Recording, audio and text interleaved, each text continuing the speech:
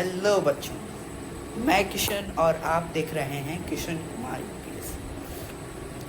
चलिए, आज के इस टॉपिक में आज है हमारा डे फर्स्ट। हम लोग चलाने वाले हैं एक कोर्स जिसका नाम है द कॉन्स्टिट्यूशन ऑफ इंडिया, और ये कोर्स हमारे चैनल का सबसे बेस्ट कोर्स होने वाला है। तो प्लीज़ इस कोर्स को ज़रूर देखें, इस कोर्स के हर एक चीज़ों को ज़रूर देखें। इस कोर्स में आपको हर एक वो चीज़ मिल जाएगा जो कि बेसिक है हमारे कॉन्स्टिट्यूशन के, और हमारे कॉन्स्टिट्यूशन का एक एक इम्पॉर्टेंट आर्टिकल आपको देखने को मिल जाएगा। ये नहीं बात है कि ये चीज़ें आपको गलत भी सिखाई जा सकती है, क्योंकि ये सारी चीज़ें कुछ ऐसे ट्रस्टेड बुक से ली गई हैं जो कि आप खुद इस पे भरोसा करते हैं। जैसे कि हो गई खान सर की ये बुक, ठीक है, और उसके बाद फिर ये हमारा कॉन्स्टिट्यूशन ऑफ इंडिया। मैंने ये सारी किताबों को पढ़ के बाद में जा कर के आपके लिए ये जो है कोर्स को डिज़ाइन कर रहा हूँ। तो ऐसी चीज़ें नहीं हैं कि आपके लिए कुछ मैं गलत कंटेंट बना दूंगा या फिर मैं आपको कुछ गलत सिखा दूंगा, नहीं। ये सारी चीज़ें आपके लिए बिल्कुल फ्री ऑफ कॉस्ट होने वाली है, क्योंकि मैं पैसे लेने और देने में कभी बिलीव नहीं करता हूँ। ना ही मैंने आज तक किसी को पैसे दिए हैं पढ़ाई के लिए, और स्कूल को छोड़ के ऑब्वियसली, और ना ही मैं आशा करता हूँ कि कभी लूँगा, ठीक है। तो प्लीज़ सपोर्ट करो। मेरे 50 सब्सक्राइबर भी नहीं हो पा रहे हैं, जबकि हमारे चैनल पे मोर देन 100 वीडियोस अपलोडेड हैं। ये हमारा फर्स्ट कोर्स होने वाला है। आइए शुरू करते हैं कॉन्स्टिट्यूशन ऑफ इंडिया, एक मोटिवेशन के साथ कि जब तक तोड़ेंगे नहीं तब तक छोड़ेंगे नहीं। जब तक ये पूरा कोर्स होगा नहीं तब तक अपने बेंच से, अपने कुर्सी से, अपने चेयर से, अपने टेबल से हिलेंगे भी नहीं। चलिए स्टार्ट करते हैं।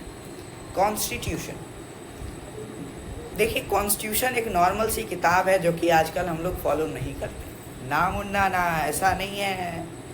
कॉन्स्टिट्यूशन एक वैसी किताब है जो कि सेट ऑफ रूल्स है, सेट ऑफ रेगुलेशंस है। इस कॉन्स्टिट्यूशन में आपको बहुत सारे रूल्स, बहुत सारे रेगुलेशंस मिल जाएंगे।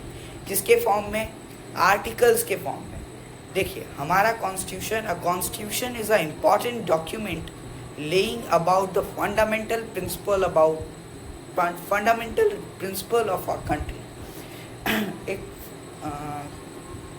कॉन्स्टिट्यूशन वो किताब है ना जो कि हमारे देश के हर एक नागरिक को उसके फंडामेंटल राइट तक पहुंचाता है। एक ऐसा किताब है जिसके अंदर बहुत सारे रूल्स हैं, बहुत सारी रेगुलेशंस हैं जो कि हमें फॉलो करनी होती, और उसी को फॉलो करके हम अपनी कंट्री को रेगुलेट कर पाते हैं, चला पाते हैं, ग्रोथ में ला पाते हैं। The country is governed by the principle, law are also formulated according to them. The constitution is regarded as the fundamental rights of country. ठीक है, कॉन्स्टिट्यूशन क्या है? फंडामेंटल प्रिंसिपल है कंट्री। अगर किसी भी बिजनेस को चलाना है तो आपको कोई किताब तो पढ़नी ही होगी, वैसे ही किसी देश को चलाना है तो आपको कॉन्स्टिट्यूशन पढ़ना ही होगा। इसीलिए मैं मानता हूँ कि इस भारत के हर एक नागरिक को कॉन्स्टिट्यूशन की एटलीस्ट बेसिक जानकारियाँ होनी चाहिए, ठीक है। कॉन्स्टिट्यूशन को हिंदी में हम लोग भारत का संविधान भी कहते हैं, ठीक है। कॉन्स्टिट्यूशन ऑफ इंडिया, अब देखिए, इसे बहुत ये मिथ है कि constitution of India B.R. Ambedkar के द्वारा लिखी गई है। गलत बात। कॉन्स्टिट्यूशन ऑफ इंडिया लिखी गई है कॉन्स्टिट्यूएंट असेंबली के द्वारा, ठीक है। B.R. अम्बेडकर उसमें एक ड्राफ्टिंग कमेटी के चेयरमैन, एक हेड कमेटी के चेयरमैन, ना कि उन्हीं के द्वारा लिख दी गई है। मान लो इस कॉन्स्टिट्यूशन को लिखने के लिए ज़्यादा, मतलब 200 से 400 लोगों की मेहनत है इसमें, ठीक है। 2 साल 11 महीना 8 दिन का मेहनत है ये कॉन्स्टिट्यूशन। तो अकेले B.R. अम्बेडकर इतनी सारी कुछ नहीं कर पाते। हाँ, उन्होंने मेन भूमिका बनाई है, उन्होंने ड्राफ्ट किया है हमारे कॉन्स्टिट्यूशन। अगर इतनी अच्छी सी ड्राफ्टिंग नहीं होती हमारे कॉन्स्टिट्यूशन की तो आज शायद हमारा कॉन्स्टिट्यूशन फ्लॉप हो चुका होता, ठीक है। The constitution was adopted by constituent assembly on 26 नवंबर 1949। अब देखिए, लोग जब भी 26 जनवरी मनाते हैं तो लोग कहते हैं कि आज के दिन हमारा कॉन्स्टिट्यूशन बना था। तो जो भी लोग ऐसा कह रहे हैं अपने मुंह को चुप रखें, क्योंकि आप मिथ फैला रहे हैं इस दुनिया में। देखिए, हमारा कॉन्स्टिट्यूशन बन तो गया था 26 नवंबर को ही, लेकिन उसे इनैक्ट किया गया था, उसे लागू किया गया था, उसे इन्फोर्स किया गया था 26 जनवरी को। क्यों? क्योंकि 26 जनवरी एक ऐसा डेट था ना जिसे हम बार बार याद करना चाहते थे। क्यों ऐसा होता था, क्यों याद करना चाहते थे? क्योंकि उसी दिन पहले बार कांग्रेस ने स्वराज बिल लाया था, एक इंडिपेंडेंट देश की घोषणा की थी, ठीक है। It came into effect on 26 जनवरी 1950। एक पीडीएफ है जो कि हम लोग जो है आपको प्रोवाइड कर देंगे इसके लिंक में, जिसमें कि जितनी भी चीज़ें मैं अभी आपको बता रहा हूँ, डेफिनेशन से लेकर के हर एक चीज़, एक्सप्लेनेशन तो आपको वीडियो में ही देखनी पड़ेगी, लेकिन पॉइंट वाइज लिखा हुआ आपको पूरा पीडीएफ इसका मिल जाएगा, पीपीटी जिसके द्वारा मैं आपको पढ़ा रहा हूँ वो पूरा मिल जाएगा, ठीक है। Stay tuned. Features of our Indian constitution. देखिए, अब हमारे इंडियन कॉन्स्टिट्यूशन में कुछ फीचर्स भी होंगे, तभी तो मैं आपको शुरू में कह रहा था कि ये एक नॉर्मल किताब है जिसको कि हम लोग यूं ही पढ़ते हैं, ना मुन्ना ना, ऐसा तो ना होता है। ये इसकी अहमियत इतनी है कि ये वर्ल्ड में सबसे मोटी, सबसे लंबी हैंड रिटन किताब है। Longest written constitution of the world is our Indian constitution. इस किताब की ये औकात है कि ये सबसे ज़्यादा लेंथीएस्ट कॉन्स्टिट्यूशन है। किसी भी कंट्री में आज तक इतनी ज़्यादा लेंथीएस्ट रिटन कॉन्स्टिट्यूशन नहीं बनी है। Partially resist and partially flexible, ठीक है। ये स्ट्रिक्ट भी है और ये फ्लेक्सिबल भी है। जो लोग अच्छे काम करते हैं उनके लिए कॉन्स्टिट्यूशन एक कुछ नहीं है, और जो बुरे काम करते हैं उनके लिए इतना ज़्यादा स्ट्रिक्ट ये चीज़ है कि फिर अगर कोई चोर ना इस किताब को बस पढ़ ले, एक इसको पढ़ ले और एक आईपीसी को पढ़ ले, उसके बाद वो चोरी करना छोड़ देगा, कहेगा ना मुन्ना ना, चोर ही ना होगा हमसे, ठीक है। इसीलिए चोर को कभी कॉन्स्टिट्यूशन मत देना और कुछ गिफ्ट में दे देना। A democratic Republic. अब देखिए, हमारे कॉन्स्टिट्यूशन की खूबी की बात कर रहे हैं हम लोग, तो डेमोक्रेटिक रिपब्लिक को हम लोग भूल नहीं सकते हैं, क्योंकि हमारा कॉन्स्टिट्यूशन ही वो चीज़ है जो कि आज तक हमें हमारे डेमोक्रेसी को बचा के रखा है। अब पार्लियामेंट्री सिस्टम ऑफ गवर्नमेंट, हमारा कॉन्स्टिट्यूशन ही वो चीज़ है जो कि पार्लियामेंट्री सिस्टम को अब तक चलाता आ रहा है। अगर कॉन्स्टिट्यूशन नहीं होता तो मैं ये बात 100% गारंटी के साथ आपको प्रेडिक्ट कर सकता हूँ कि अगर कॉन्स्टिट्यूशन नहीं होता तो आज पार्लियामेंट भी नहीं होता, पार्लियामेंट्री सेशंस भी नहीं होते, और हमारा कॉन्स्टिट्यूशन ऑफ इंडिया, या हमारा इंडिया जो है या तो डिक्टेटरशिप में होता, या तो ऑब्लिगैर्की में होता, या तो मोनार्की में होता, ठीक है। डेमोक्रेसी यहाँ पे पॉसिबल ना थी और ना ही अभी प्रेजेंट टाइम में है, क्योंकि देखो डेमोक्रेसी चलाने के लिए हमें एटलीस्ट 2-3 रिक्वायरमेंट चाहिए होती है। पहली रिक्वायरमेंट कि हमारी पब्लिक क्या हो, अवेयर हो स्कीम्स के बारे में, हमारी पब्लिक जो है प्रोसेसेस के बारे में अवेयर हो कि भाई कैसे इलेक्शंस हो रहे हैं, अगर इलेक्शन हो रहे हैं तो वो फेयर हो रहे हैं कि नहीं हो रहे हैं। लेकिन हमारे यहाँ अनएजुकेटेड पब्लिक की संख्या इतनी ज़्यादा है कि ये चीज़ कभी पॉसिबल ही नहीं होता अगर हमारा कॉन्स्टिट्यूशन ना हो। कॉन्स्टिट्यूशन ही है कि एक ढंग से जो है रस्सी खींच के पकड़ा हुआ है कि नहीं तुम डेमोक्रेटिक ही रहो, नहीं तो हमारा देश कब का मोनार्की हो चुका।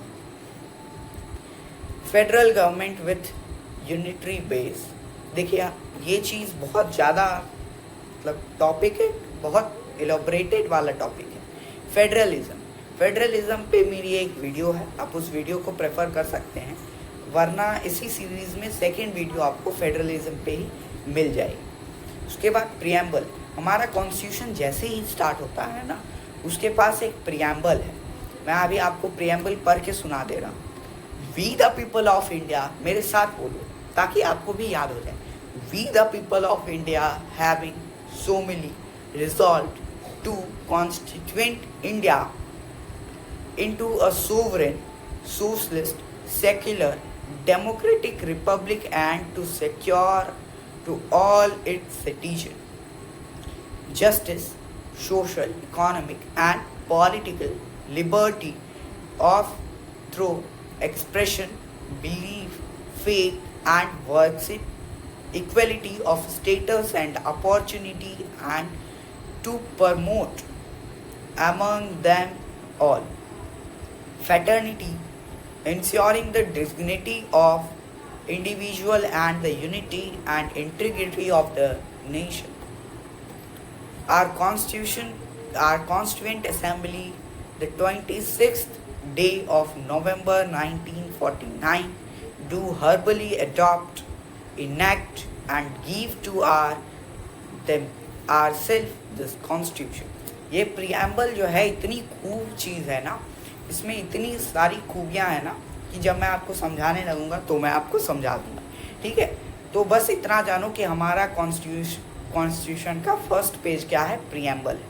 अब इसकी रचना कैसे हुई, हिस्ट्री कैसे हुई, ये सारी चीज़ें आपको थर्ड फोर्थ लेक्चर में ऐसे सीरीज़ में आपको मिलेगी। तो प्लीज़ इस सीरीज़ को देखते जाना।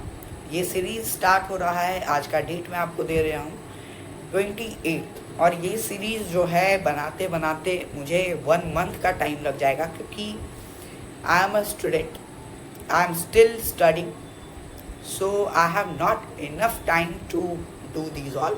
So this is the vacation which I am this is a free time which I will give you every day, okay, and record one video and publish.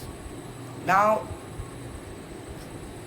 हम लोग फीचर्स की बात कर रहे थे कॉन्स्टिट्यूशन, तो प्रियम्बल तक हो चुका था। अब फंडामेंटल राइट, भाई ये चीज़ इतनी ज़्यादा गजब वाली चीज़ है ना, मैं आपको क्या बताऊं।